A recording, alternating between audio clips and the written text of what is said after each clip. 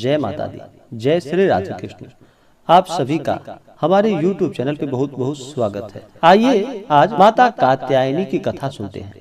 माता कात्यायनी का पूजन नवरात्रि के छठे दिन इनका पूजन किया जाता है। माता अपने भक्तों की सभी मनोकामनाओं को पूर्ण करने वाली है। जो भी सच्ची श्रद्धा के साथ माता कात्यायनी का पूजन करते हैं, व्रत रखते हैं, कथा श्रवण करते हैं, माता कात्यायनी की कृपा से सभी प्रकार के रोग, शोक, संताप, भय आदि सर्वथा विनष्ट हो जाते हैं। जन्म जन्मांतर के पापों को विनष्ट करने के लिए माता कात्यायनी का शरणागत होकर उनकी पूजा उपासना करना बड़ा ही लाभकारी माना गया है। और जो भी कन्याएं माता कात्यायनी का पूजन करती हैं, उन्हें इच्छित वर की प्राप्ति होती है। नवरात्रि के छठे दिन माता कात्यायनी का पूजन किया जाता है। माता कात्यायनी अपने भक्तों की सभी इच्छाओं को पूर्ण करने वाली है।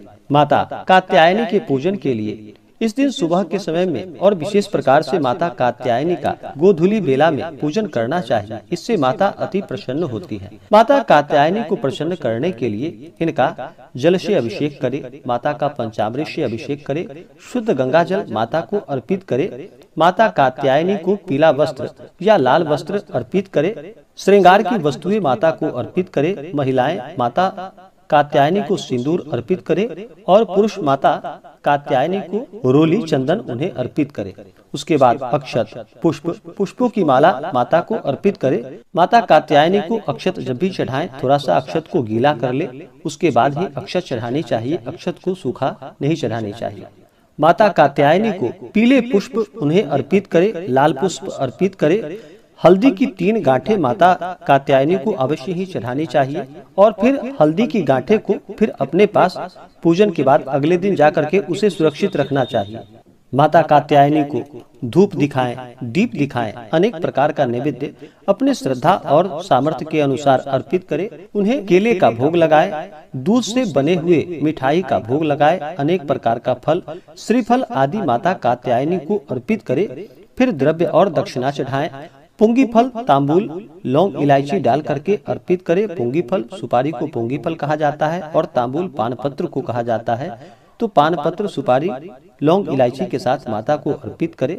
उसके बाद फिर दुर्गा सप्तशती का पाठ करे, कथा श्रवण करे, दुर्गा चालीसा का पाठ करे, सिद्धि कुंजिका स्तोत्र आदि का पाठ करे, श्री दुर्गा सप्तश्लोकी का पाठ करे, माता कात्यायनी का कथा श्रवण करे। इससे पुण्य फलों की प्राप्ति होती है और माता अपने भक्तों की सभी इच्छाओं को पूर्ण करती है। माता कात्यायनी माता दुर्गा के छठे रूप का नाम है।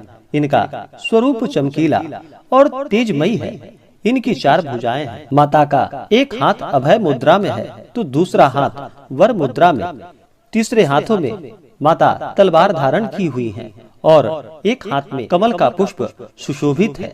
इनकी आराधना के दिन साधक का मन आज्ञा चक्र में अवस्थित रहता है। इनकी आराधना करने से समस्त पाप नष्ट हो जाते हैं और जातक के सभी रोग, शोक, संताप मिट जाते हैं। भय कभी नहीं होता है। शास्त्रों के अनुसार जो भी सच्ची श्रद्धा के साथ माता कात्यायनी का पूजन करते हैं, मनन करते हैं, उन्हें परम पद की प्राप्ति होती है। तो आइए सुनते हैं माता कात्यायनी की कथा। तो बोलिए प्रेम से कात्यायनी माता की जय, दुर्गा माता की जय, माता महाकाली, महालक्ष्मी, महासरस्वती माता की जय। कथा के अनुसार माता कात्यायनी का नाम इनका कैसे पड़ा? कत नामक एक प्रसिद्ध महर्षि थे। उनके पुत्र ऋषि कात्य हुए। उन्हें कात्य के गोत्र में विश्व प्रसिद्ध महर्षि कात्यायन उत्पन्न हुए। उन्होंने भक्ति परंपरा की उपासना करते हुए अनेकों वर्षों तक बड़ी कठिन तपस्या की और उनकी इच्छा थी कि माता भगवती उनके घर पुत्री के रूप में जन्म ले।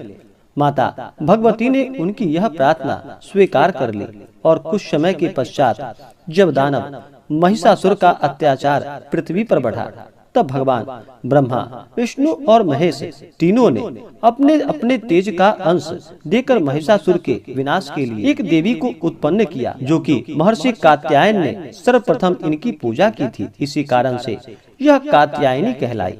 एक और कथा के अनुसार माता महर्षि कात्यायन के यहाँ पुत्री रूप में उत्पन्न हुई थी। आश्विन कृष्ण चतुर्दशी को जन्म लेकर शुक्ल सप्तमी, अष्टमी तथा नवमी तक 3 दिन इन्होंने कात्यायन ऋषि की पूजा ग्रहण की थी और दशमी को महिषासुर का संहार किया था।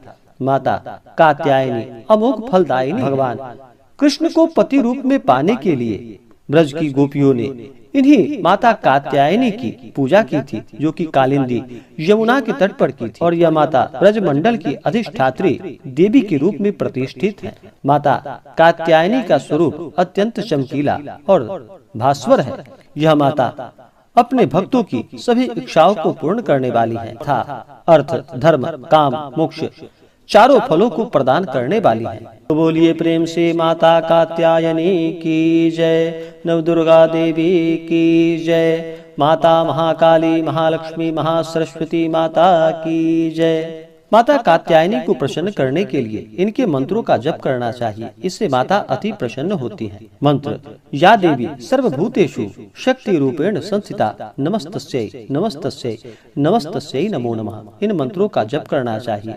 जिन कन्याओं के विवाह में विलंब हो रहा हो वह माता कात्यायनी के इन मंत्रों का जप करे और माता कात्यायनी का पूजन करे तो बड़ा ही लाभकारी होता है। मंत्र: ओम कात्यायनी महामाये महायोगिन्यधीश्वरी नंद गोप सुतम देवी पतिम में कुरुते नमः।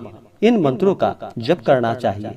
जिनमें कन्याओं का विवाह में विलंब होता है, माता कात्यायनी की कृपा से जल्द ही उन्हें इच्छित वर की प्राप्ति होती है। चैत्र नवरात्रि के दौरान जो भी जातक व्रत करते हो उन्हें नियमों का पालन करना चाहिए। धर्म का आचरण करते हुए 9 दिनों तक माता का पूरे विधि विधान के साथ पूजन करना चाहिए।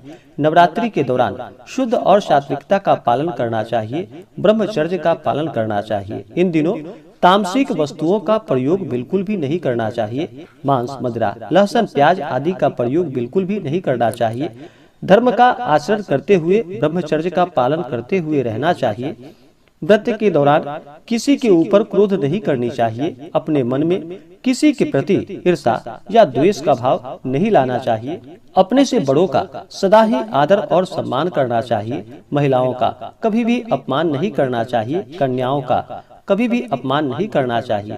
जहाँ पर भी महिलाओं का अपमान होता है वहाँ से माता स्थिर लक्ष्मी रुष्ट होकर चली जाती हैं। और नवरात्रि के दौरान कुमारी कन्याओं का विधि विधान के साथ पूजन करना चाहिए। तो इन दिनों भूल कर भी इन सब का अपमान नहीं करना चाहिए। धर्म का आचरण करना चाहिए। सदा ही सबों का सम्मान करना चाहिए। इससे पुण्य फलों की प्राप्ति होती है। तो आशा करता हूँ कि यह जानकारी आपको अच्छा लगा हो। ऐसे ही ज्ञानवर्धक जानकारियाँ प्राप्त करने के लिए हमारे इस चैनल को लाल बटन दबा करके सब्सक्राइब करें, साथ में बेल आइकन घंटी दबाएं ताकि मेरे वीडियो का नोटिफिकेशन आपके पास सबसे पहले पहुंचे। वीडियो को लाइक और अपने मित्रों तथा दोस्तों के साथ शेयर करें। सुखी रहें और स्वस्थ रहें। जय श्री राधे कृष्ण। धन्यवाद।